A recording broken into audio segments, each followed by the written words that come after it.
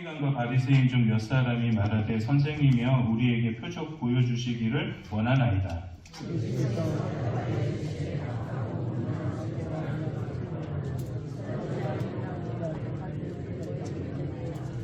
요나가 밤낮 사흘 동안 큰 물고기 뱃속에 있었던 것 같이 인자도 밤낮 사흘 동안 땅속에 있으리라.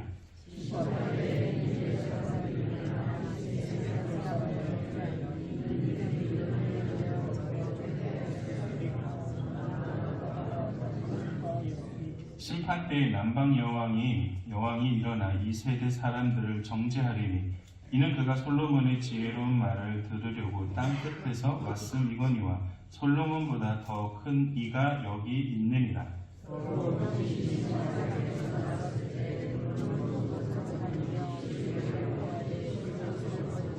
이에 이르되 내가 나온 내 집으로 돌아가리라 하고 와 보니 그 집이 비고 청소되고 수리되었거늘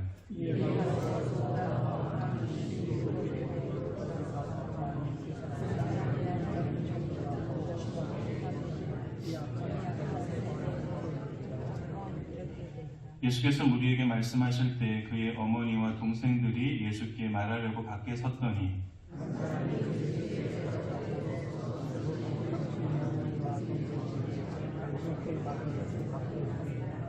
말하던 사람에게 대답하여 이르되 누가 내 어머니이며 내 동생이냐 하시고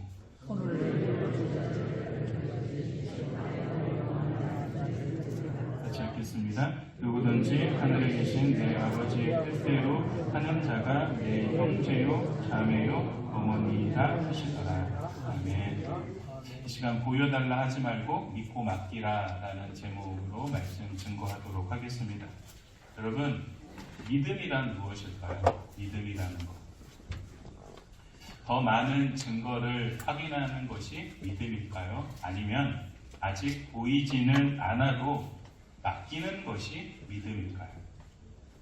오늘 본문에서 바리새인들도 예수님께 같은 태도로 질문을 하고 있습니다. 38절 말씀 같이 읽도록 하겠습니다. 그때 서기관과 바리새인 중 몇 사람이 말하되 선생님이여 우리에게 표적 보여주시기를 원하나이다. 지금 바리새인과 서기관들이 표적을 보여달라라고 이야기하고 있습니다. 여러분, 표적을 보여달라라는 이 말이 겉으로 봤을 때는 경건한 질문처럼 보입니다. 하지만 속으로 들어가면 들어갈수록 믿기 위한 질문을 하고 있는 것이 아니라 믿지 않기 위한 질문을 하고 있다라는 사실을 알게 됩니다. 이미 예수님은 수많은 병자들을 고치셨어요. 바람과 또한 풍랑을 잠잠케 하셨고 귀신까지 쫓아내셨습니다. 그런데도 바리새인들은 또다시 표적을 보여달라라고 요구하고 있다라는 사실이죠. 왜일까요? 표적이 부족해서일까요? 아닙니다. 믿음의 방향이 잘못되었기 때문입니다. 그래서 예수님은 그들의 믿음의 방향에 대해서 바로잡기 위해서 그들이 표적을 보여달라라는 이 질문에 대해서 답을 하고 계세요. 그런데 오늘 본문이 조금 독특한 것은 한 가지 질문을 했으면 한 가지 답변을 해주시면 됩니다. 그런데 오늘 예수님께서는 한 가지 질문에 대해서 세 가지로 답을 하고 계신다라는 사실이죠. 여러분, 왜 예수님은 한 가지 질문에 대해서 세 가지로 답을 하셨을까요? 바로 이 세 가지가 다 연결이 되어 있기 때문입니다. 즉, 주님은 바로 이 세 가지의 답을 통하여서 바른 믿음이라는 것은 과연 무엇인지에 대해서 그들에게 가르쳐주고 계시는 거예요. 다시 말해서 믿음은 어디서부터 시작되고 어떠한 과정을 거치게 되고 어떠한 모습으로 믿음이라는 것이 완성되는 것이다 라는 것을 이 세 가지의 답을 통하여서 말씀하고 계시는 것입니다. 성도 여러분, 우리는 지난 16주 동안 그리스도를 닮아가는 제자의 삶이라는 주제를 가지고 이 마태복음 10장에서부터 12장까지의 말씀을 함께 나누었습니다. 오늘은 그 마지막 시간으로 이 예수님을 따르는 제자가 가져야 할 바른 믿음이라는 것은 과연 무엇인지에 대해서 오늘 주님께서 직접적으로 말씀하시는 이 세 가지의 답을 통하여서 우리는 함께 살펴보려고 합니다. 여러분, 그렇다면 예수님이 이 표적을 요구하고 있는 사람들에게 가장 먼저 무엇에 대해서 말씀하셨을까요? 여러분, 예수님은 보여달라라고 요구하는 그들에게 하나님께서 이미 주신 표적을 믿으라 라고 말씀하고 계세요. 39절과 우리 40절 말씀 함께 읽도록 하겠습니다. 예수께서 대답하여 이르시되 악하고 음란한 세대가 표적을 구하나 선지자 요나의 표적밖에는 보일 표적이 없느니라. 요나가 밤낮 사흘 동안 큰 물고기 뱃속에 있었던 것 같이 인자도 밤낮 사흘 동안 땅속에 있으리라. 예수님께서 말씀하시는 표적은 요나의 표적이라는 거예요. 여러분, 요나의 표적이 무엇입니까? 오늘 성경에도 나온 것과 같이 여러 의미가 있겠지만 핵심은 요나가 큰 물고기 속에서 사흘 동안 있다가 살아난 것처럼 예수님께서 우리를 위해서 십자가에서 죽으셨으나 사흘 만에 다시 살아나셨다. 그러니까 하나님이 이미 우리에게 주신 표적이 무엇이냐면 가장 결정적인 표적은 바로 십자가와 부활. 십자가와 부활이 우리에게 주신 최고의 표적이라고 말씀하고 계세요. 여러분, 그렇다면 왜 주님은 수많은 표적을 대신하여서 이 십자가와 부활의 표적에 대해서 말씀하고 계실까? 이유는 분명하다라는 거예요. 십자가와 부활만이 하나님께서 인간을 구원하시는 유일하고 완전한 방법이기 때문입니다. 여러분, 이미 예수님은 수많은 병자를 고치셨어요. 귀신을 쫓아내셨고 자연을 다스리면서 수많은 표적에 대해서 행하셨습니다. 그러나 여러분, 이 모든 표적들은 목적이 아니다. 이것을 이루는 데 목적이 아니고 또한 사람들의 관심을 끌기 위해서 예수님께서는 이와 같은 표적을 행하시지 않는다라는 거예요.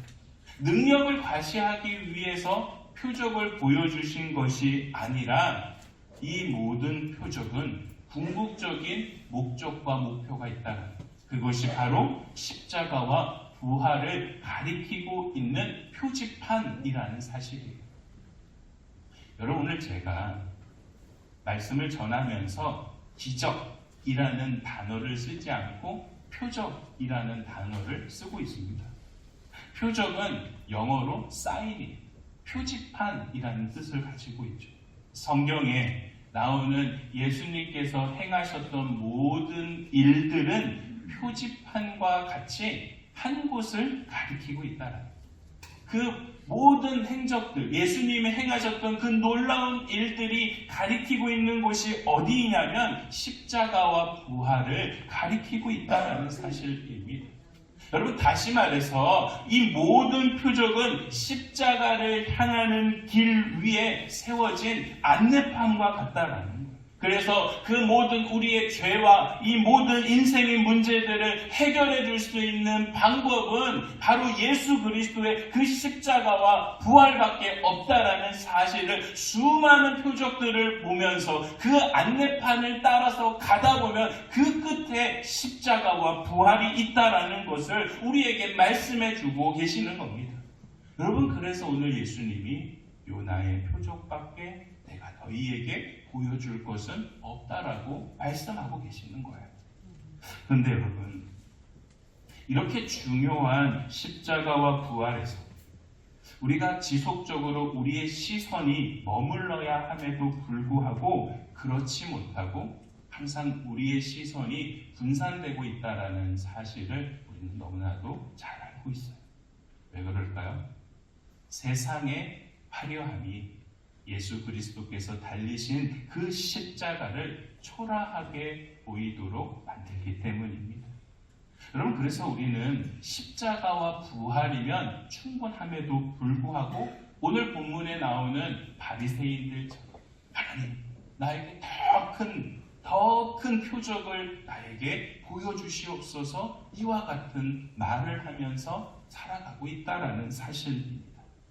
그러나 여러분, 우리가 잊지 말아야 할 것이 있어요. 그것이 무엇이냐면 바로 그 십자가와 부활을 통하여서 하나님께서 일하셨다라는 사실입니다. 세상에서 가장 약하다고 말하는 그 십자가에서 하나님은 가장 강력한 구원의 역사를 이루어내셨다라는 거예요. 세상에서 가장 낮은 그 위치에 있는 십자가를 통하여서 가장 높은 곳에 올리셨다라는 사실입니다. 여러분, 절대로 십자가는 무능력하지 않다라는 거예요.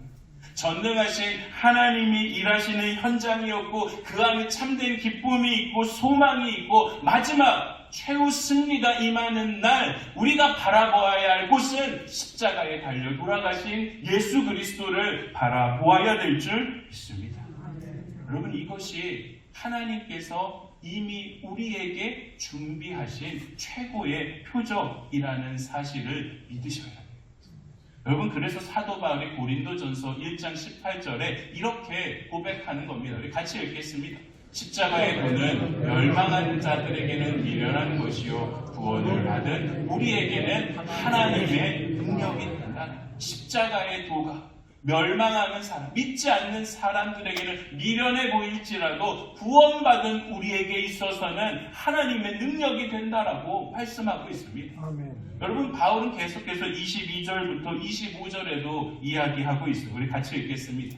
유대인은 표적을 구하고 헬라인은 지혜를 찾으나 우리는 십자가에 못 박힌 그리스도를 전하니 유다인에게는 거리끼는 것이요 이방인에게는 미련한 것이로되 오직 부르심을 받은 자들에게는 유대인이나 헬라인이나 그리스도는 하나님의 능력이요 하나님의 지혜이니라. 하나님이 어리석은 사람보다 지혜롭고 하나님의 약하심이 사람보다 강하니라. 아멘. 여러분, 믿음은 더 많은 증거를 나에게 보여줬다라고 해서 시작되는 게 아니에요. 하나님께서 이미 우리를 위해서 행하셨던 그 일을 믿는 것이 우리가 믿는 그 믿음의 시작이라고 할 수 있는 거예요. 그것이 무엇을 가리키고 있냐면 십자가와 부활을 가리키고 있다. 여러분, 그래서 우리는 우리의 인생에 또 다른 표적이 없어도 십자가와 부활만 있으면 된다라는 사실입니다. 왜 그럴까요? 바로 이 십자가와 부활의 이 표적만이 우리 인생 전체를 맡길 만큼 충분하기 때문입니다. 여러분, 어린아이가 길을 건너갈 때 신호등의 체계가 어떠하고 또한 이걸 건너갈 때 교통법규는 어떻게 해야 돼? 이런 것을 알면서 지나가지 않아요. 어떻게 지나갑니까? 부모의 손에 이끌려서 갈 때 그냥 두려움 없이 교통체제가 뭔지 또한 신호법규가 무엇인지 신호등의 색깔이 무엇인지 그게 중요하지 않고 부모의 손에 붙잡고 나아가면 두려움 없이 그 길을 건너갈 수 있는 겁니다. 왜 그럴까요? 아이에게 중요한 것은 길의 구조나 신호 방법이나 건너는 방법이 아니라 누구의 손을 붙잡고 있느냐. 누구의 손을 붙잡고 있느냐가 아이에게는 더 중요하다라는 사실입니다. 여러분, 믿음도 마찬가지예요. 모든 상황을 이해해서 믿는 것이 아니라 내가 신뢰할 수 있는 하나님의 손을 붙잡고 있기 때문에 우리의 인생의 걸음을 안전하게 걸어갈 수 있는 것입니다. 여러분, 이 귀한 진리를 깨달은 제자는 십자가 앞에서 따지지 않아요. 부활에 대해서도 의심하지 않습니다. 계산하지도 않고요. 조건을 붙이지도 않습니다. 대신 이렇게 고백했죠. 주님, 십자가와 부활이면 충분합니다. 십자가와 부활이 내 인생에 있기 때문에 다른 어떤 표적이 있다 할지라도 그것은 나에게 중요하지 않습니다. 십자가와 부활만 있으면 됩니다. 그럼 성도 여러분, 또 다른 표적을 나에게 보여달라라고 고백하는 신앙이 아니라 오직 십자가와 그 부활을 믿는 믿음으로 살아가는 저와 여러분 모두가 되기를 소망합니다. 여러분, 이것이 예수님이 우리에게 말씀하시는 믿음의 시작이라는 거예요. 우리의 믿음의 시작은 십자가와 부활로부터 출발한다라는 사실이죠. 그렇다면 이 십자가와 부활을 믿는 것이 믿음의 전부일까요? 그렇지 않다라는 거죠. 여러분, 이미 우리에게 주신 표적을 믿었다면 그 다음 단계는 우리에게 주어진 그 표적을 믿는 믿음을 가지고 우리의 주어진 삶의 자리에서 드러낼 수 있어야 한다는 사실입니다. 그래서 오늘 예수님은 두 번째 답을 하시면서 믿음의 과정에 대해서 말씀하시고 이를 통해서 더 많은 것에 대해서 보여달라라고 하지 말고 이 말씀 앞에 너희가 반응해야 한다라는 사실을 말씀하고 계시는 겁니다. 여러분, 41절과 42절의 말씀 읽겠습니다. 심판 때에 니느웨 사람들이 일어나 이 세대 사람을 정죄하리니 이는 그들이 요나의 전도를 듣고 회개하였음이거니와 요나보다 더 큰 이가 여기 있으며 심판 때에 남방여왕이 일어나 이 세대 사람들을 정죄하리니 이는 그가 솔로몬의 지혜로운 말을 들으려고 땅끝에서 왔음이거니와 솔로몬보다 더 큰 이가 여기 있느니라. 여러분, 예수님은 두 번째 답변의 안에서 이 두 이방인을 소환하고 계세요. 한 명은 바로 니느웨 사람들이고 또 하나는 바로 스바 여왕입니다. 남방 여왕이라 표현된 게 이 솔로몬에 나왔던 이 열왕기 상에 나왔던 스바 여왕을 말하고 있습니다. 여러분, 주님은 이 니느웨와 남방 여왕 이 둘을 통하여서 마지막 심판을 당하는 그때 사람들이 무엇을 기준으로 판단을 받게 되는지에 대해서 말씀하고 계시는 거예요. 그 심판의 기준이 무엇입니까? 그러니까 이를 알기 위해서는 지금 주님이 소환한 이 두 이방인이 누구인지에 대해서 알 필요가 있다라는 거죠. 여러분, 먼저 니느웨 사람들에 대해서 보면 요나서 3장 4절부터 6절까지의 말씀 같이 읽겠습니다.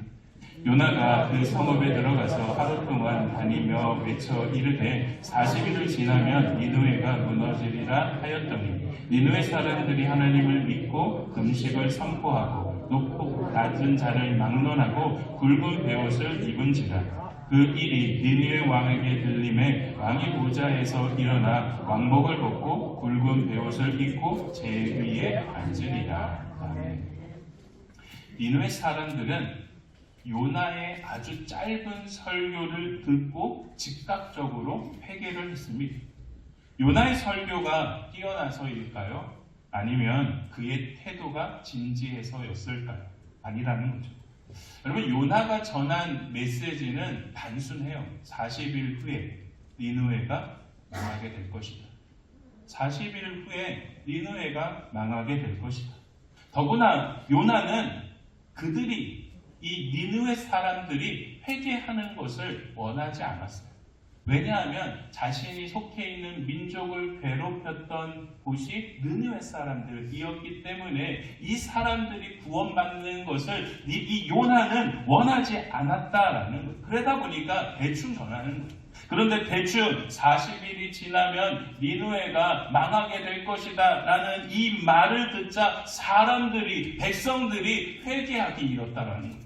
백성들이 회개할 뿐만 아니라 왕까지 조서를 내려서 금식하며 모든 백성들은 회개해야 한다라고 이야기하고 있습니다. 여러분, 결국 이것이 무엇을 말하고 있냐면 하나님 말씀 앞에 영적으로 반응해야 한다라는 것을 말하고 있는 거예요. 스바 여왕도 마찬가지입니다. 열왕기상 10장 1절부터 3절까지의 말씀도 읽겠습니다. 스바의 여왕이 여호와의 이름으로 말미암은 솔로몬의 명성을 듣고 와서 어려운 문제를 그를 시험하고자 하여 예루살렘의 이름이 수행하는 자가 심히 많고 향품과 심히 많은 금과 보석을 낙타에 실었더라. 그가 솔로몬에게 나와 자기 마음에 있는 것을 다 말하매 솔로몬이 그가 묻는 말에 다 대답하였으니 왕이 알지 못하여 대답하지 못하는 것이 하나도 없었더라. 여러분, 스바 여왕은 이 솔로몬의 지혜에 대해서 듣기 위해서 먼 길을 마다하지 않고 찾아왔고 그에게 궁금했던 모든 것들을 질문하자. 그러니까 왕이 알지 못해서 대답하지 못했던 것이 하나도 없었다라고 이야기해. 그러니까 모든 질문에 대해서 모든 답을 주자 이 스바 여왕이 이와 같은 지혜를 주시는 하나님을 찬양하고 있다는 사실이죠. 그러니까 니느웨 사람들과 같이 하나님 말씀 앞에 영적으로 반응하고 있다는 사실입니다. 그러나 바리새인들은 어떠합니까? 요나보다 크신 솔로몬보다 크신 예수님을 눈앞에 보고도 아무런 반응이 없습니다. 이방인들은 그냥 단순한 제한된 하나님의 계시를 들었음에도 불구하고 순종하고 반응하고 있는데 바리새인들은 완전한 계시이신 예수 그리스도를 그들 앞에 두었음에도 불구하고 마음의 문이 닫고 있다는 거예요.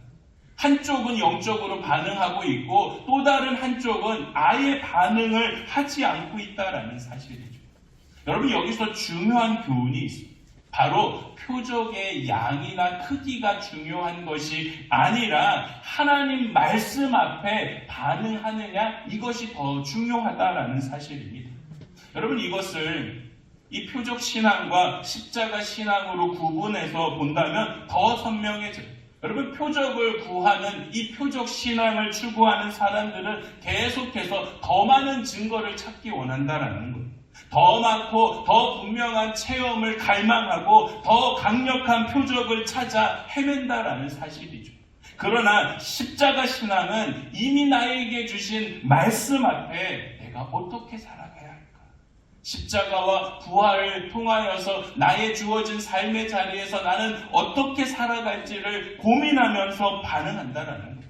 표적 신앙들은 겉으로는 끝난 것처럼, 감탄으로 끝난 것처럼 보이지만 십자가 신앙은 순종이라는 자리로 가지고 와서 계속해서 영적으로 반응을 하며 살아간다는 거예요. 여러분, 쉽게 말해서 하나님이 우리가 얼마나 많은 설교를 들었느냐? 하나님은 관심 없다는 거예요. 하나님은 얼마나 우리가 오랫동안 신앙생활을 했느냐? 그거 관심 없으시다라는 거예요.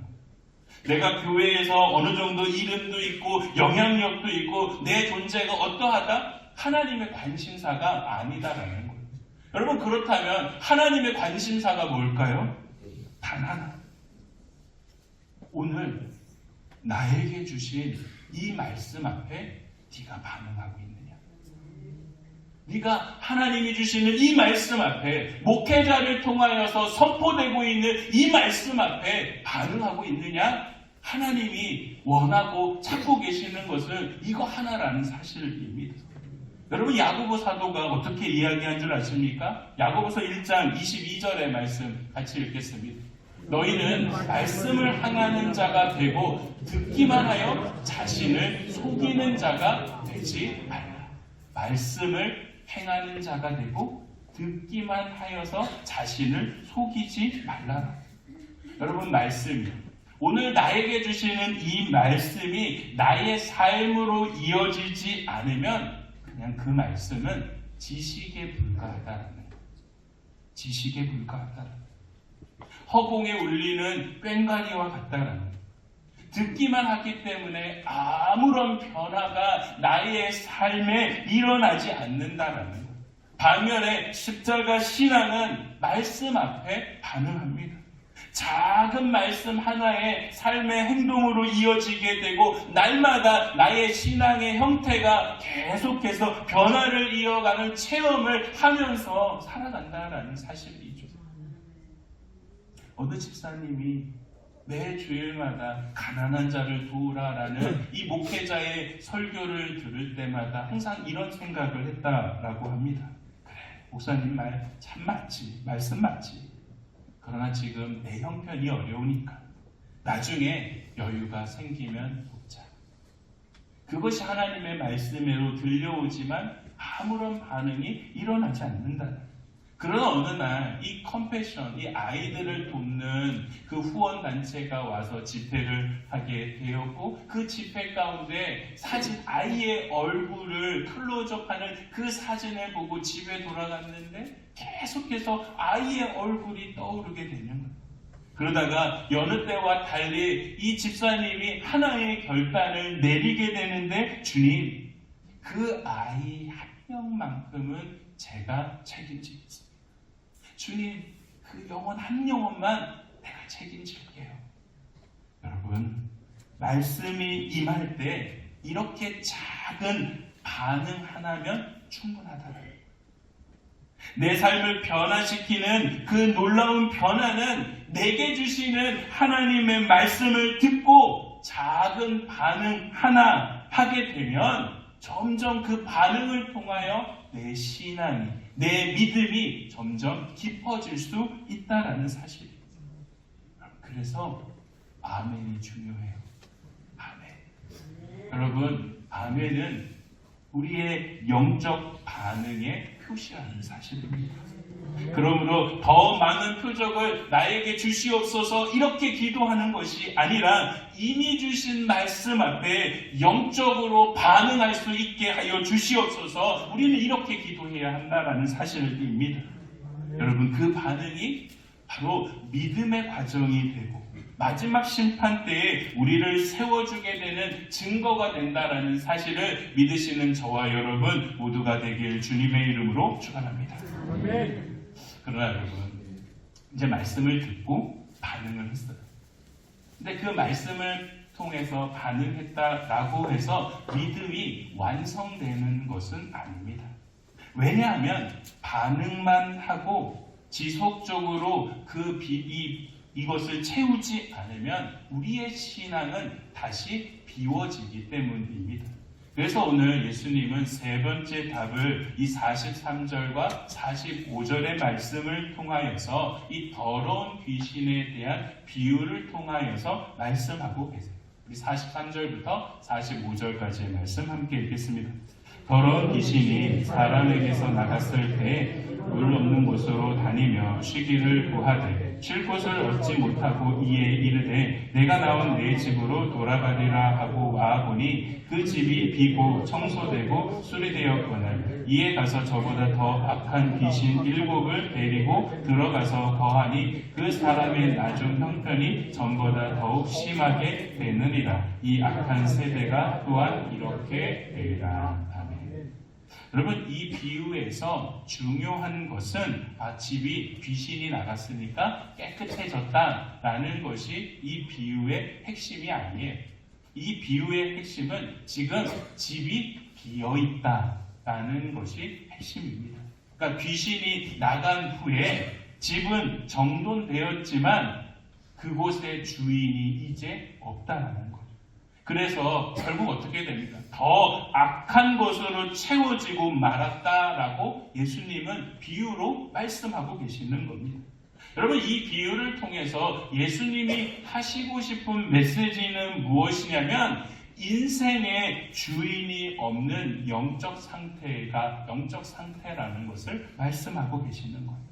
그러니까 겉으로는 정리가 된 것 같아도 안에 주인이 없으면 결국 또다시 무너지게 된다. 그러니까 나에게 주어진 죄에 대해서 회개를 하게 되었고 이제는 회개했으니까 내 모든 것이 이제는 잘 살아갈 수 있겠구나, 행복할 수 있겠구나 라고 생각하지만 또 다른 죄가 들어오게 되어서 또다시 무너지게 된다라는 사실입니다. 그러면 지금 예수님이 말씀하고 계시는 것은 회개했다는, 이제는 그 비어있는 공간 가운데 채워야지만이 믿음이라는 것이 완성될 수 있다는 것을 말씀해 주고 있어요.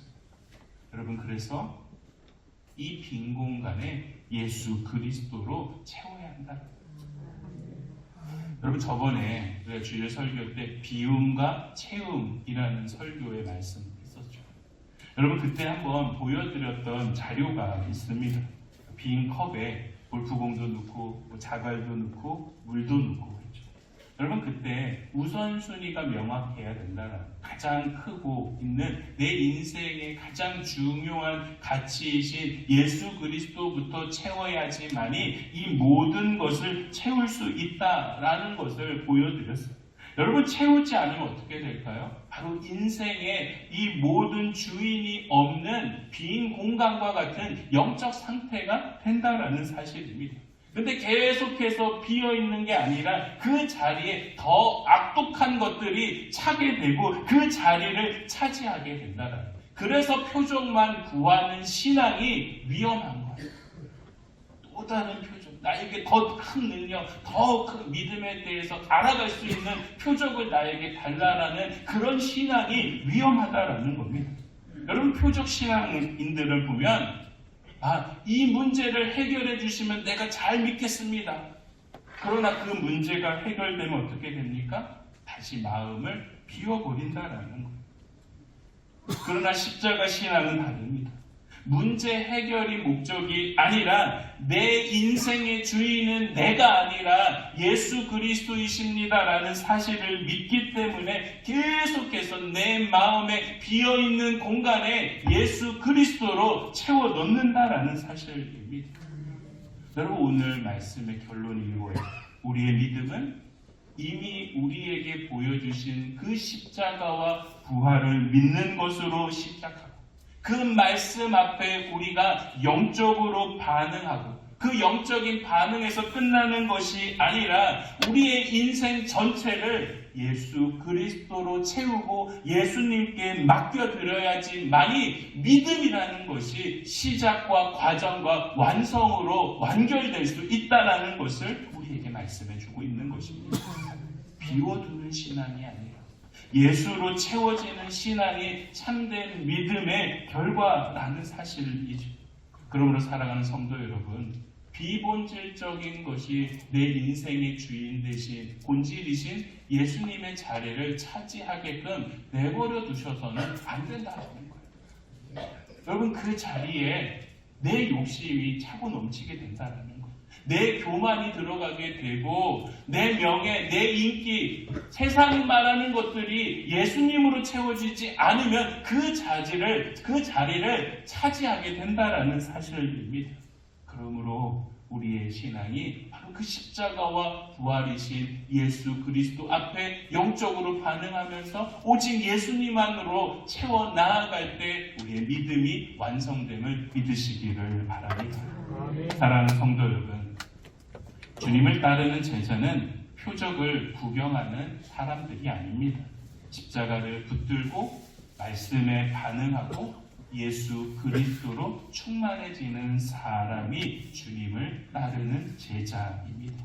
여러분, 이 믿음의 결단이 우리에게 있을 때 우리의 모든 삶이 더욱더 풍요롭게 되고 하나님의 은혜 가운데 살아가게 됨을 믿으시는 저와 여러분 모두가 되길 주님의 이름으로 축원합니다. 기도하시겠습니다.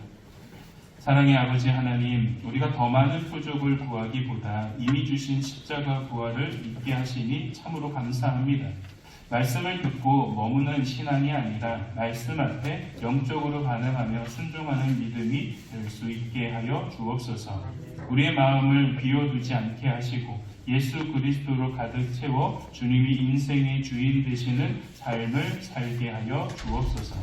보여달라 하지 말고 믿고 맡기게 하시며 한 주간도 십자가 신앙으로 살아가게 하여 주시옵소서. 예수 그리스도의 이름으로 기도합니다.